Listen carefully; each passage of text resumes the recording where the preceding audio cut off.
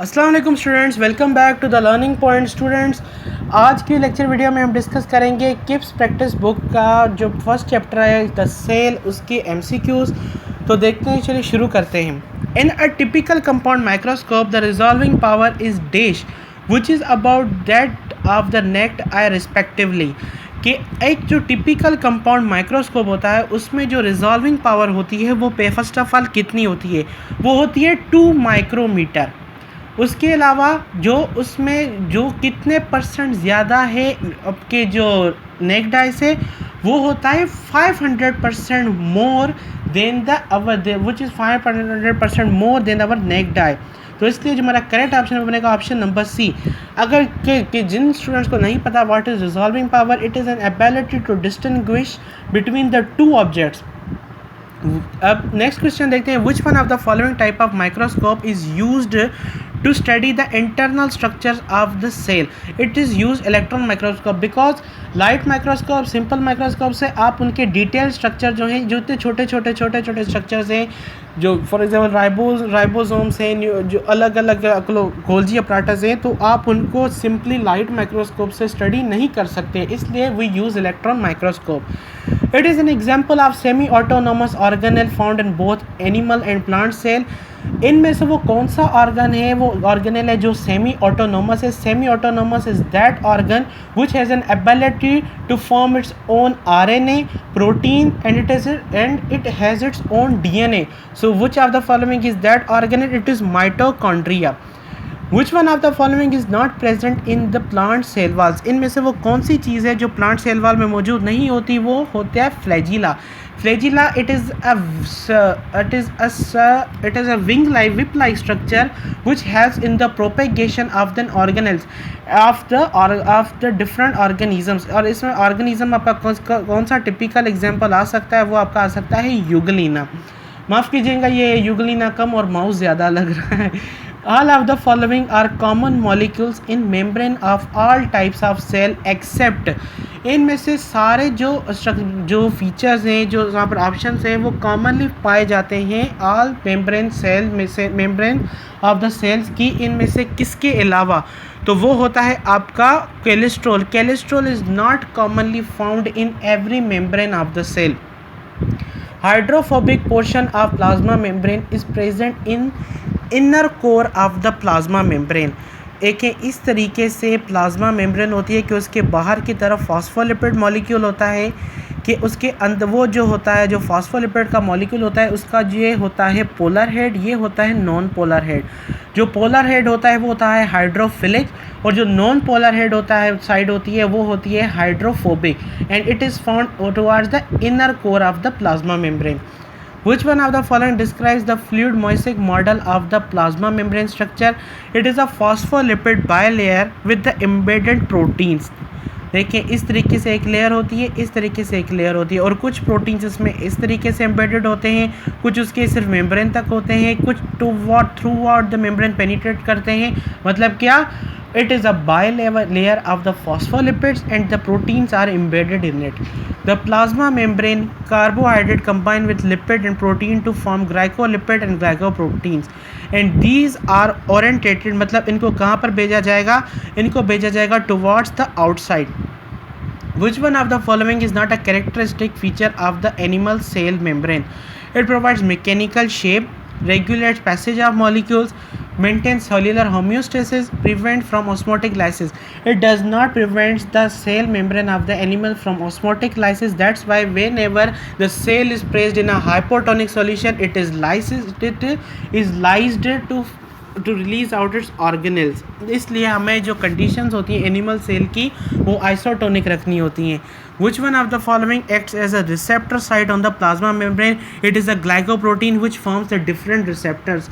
Which structure is more important for cell life? इनमें से जो कौन सा स्ट्रक्चर है वो लाइफ के लिए सबसे ज़्यादा इंपॉर्टेंट है, वो है सेल मेम्ब्रेन। अगर जो सेल मेम्ब्रेन नहीं होगी तो अलग अलग पैथोजेंस, अलग अलग सब्सटेंस, किसी भी चीज़ की रेगुलेशन नहीं होगी कि किस चीज़ ने कितना जाना है, ना ही उसकी प्रिवेंशन होगी कि ना होगी कि ज़्यादा वाटर चला जाए, कम वाटर चला जाए, तो आइसोटोनिक कंडीशंस भी मेंटेन नहीं रहेंगी। तो इसलिए जो हमारा करेक्ट ऑप्शन है वो बनेगा option number C.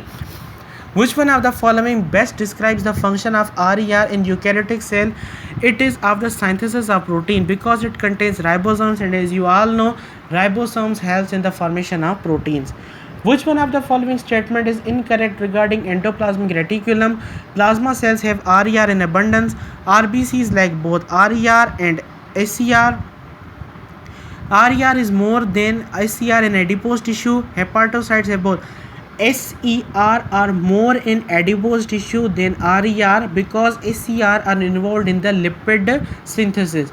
A function that is not related to smooth endoplasmic reticulum, इनमें से वो कौन सा फंक्शन है वो स्मूथ एंडोप्लाज्मिक रेटिकुलम के साथ वो कनेक्टेड नहीं है, वो है एंजाइम की synthesis because enzymes are proteinaceous in nature.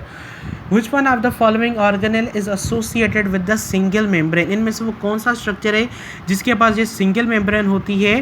वो है आपका न्यूक्लियस.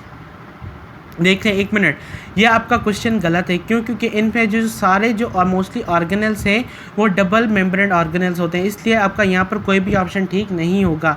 तो here it is none because आपकी जो न्यूक्लियर मेम्ब्रेन होती है वो भी डबल लेयर स्ट्रक्चर होती है. Which one of the following function is performed by both types of endoplasmic reticulum? इनमें से जो कौन सा फंक्शन है जो रफ एंडोप्लाज्मिक रेटिकुलम भी परफॉर्म करेगा, स्मूथ एंडोप्लाज्मिक रेटिकुलम भी परफॉर्म करेगा? It is of the mechanical support.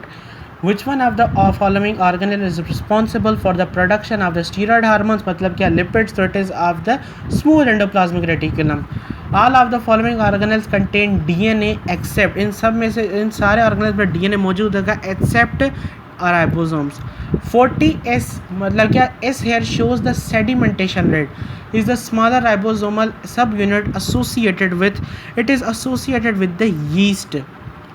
Ribosomes are associated with all of the following organelles except, it is associated with all of the organelles except the Golgi apparatus because it is just involved in the modification of the substance, just like glucose and lipids, glycoproteins, glucose and proteins, glucoprotein, glucose, lipids, glycolipids. Identify non-membranous organelle from the following. It is ribosome. Identify the correct pair form DNA replication. It ribosome बिल्कुल नहीं. उसके अलावा है protein synthesis, SCR नहीं, वो RER होता है. Anaerobic respiration at the cisternae, modification जो है Golgi apparatus, and modification is done by the Golgi apparatus. मैंने आपको अगेन बताया ग्लूकोज एंड लिपिड्स कंबाइन होंगे glycolipids, glucose and proteins combine होंगे ग्लाइकोप्रोटीन्स. नेक्स्ट क्वेश्चन हमारा, Golgi complex is modification of protein lipid into is the function. मैंने आपको पहले ही बता दिया गोल्जी अपराटस.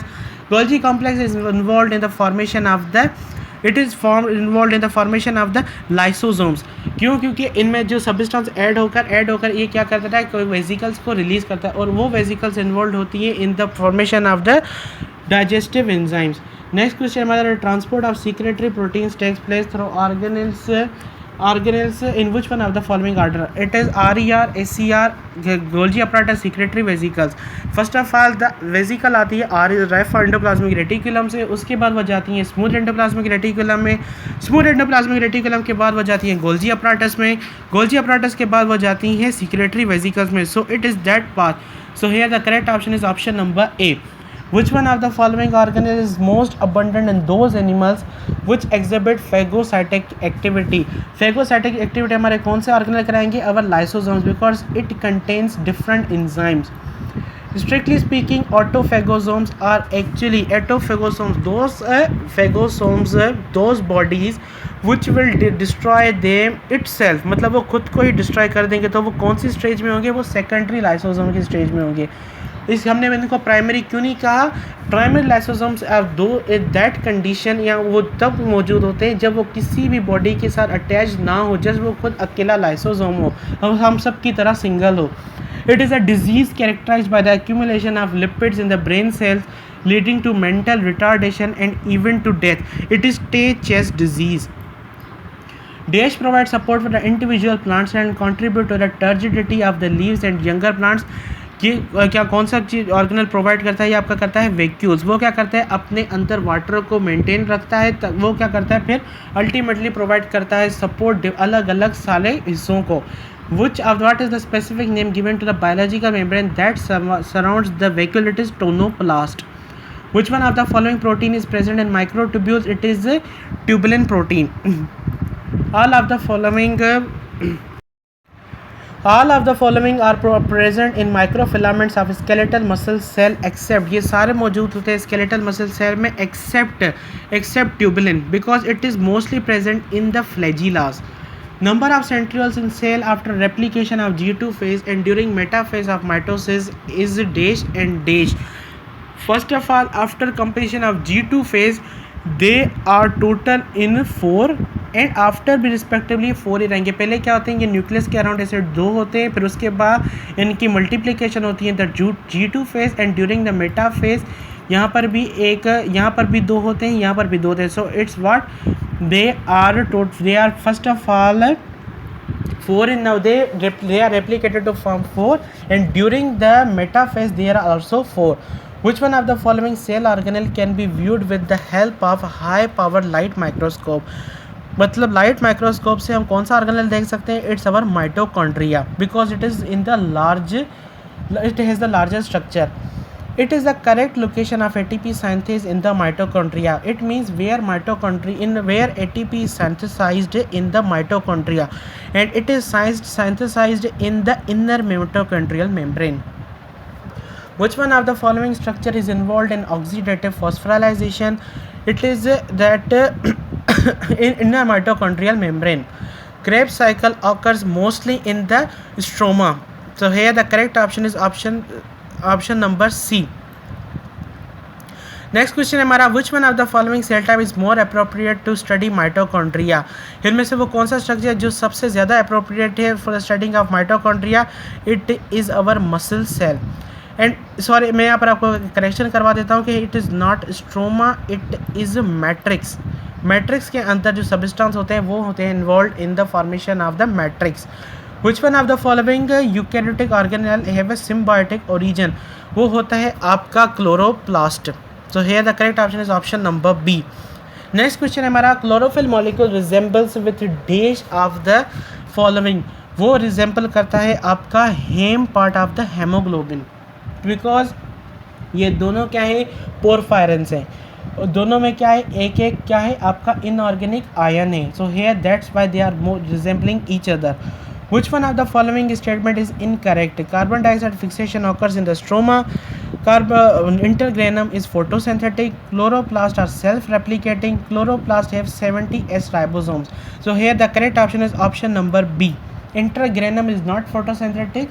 Granum जो खुद होते हैं वो photosynthetic होते हैं. Nucleolus is visible in. Nucleolus कब visible होगा? It is visible in the interphase.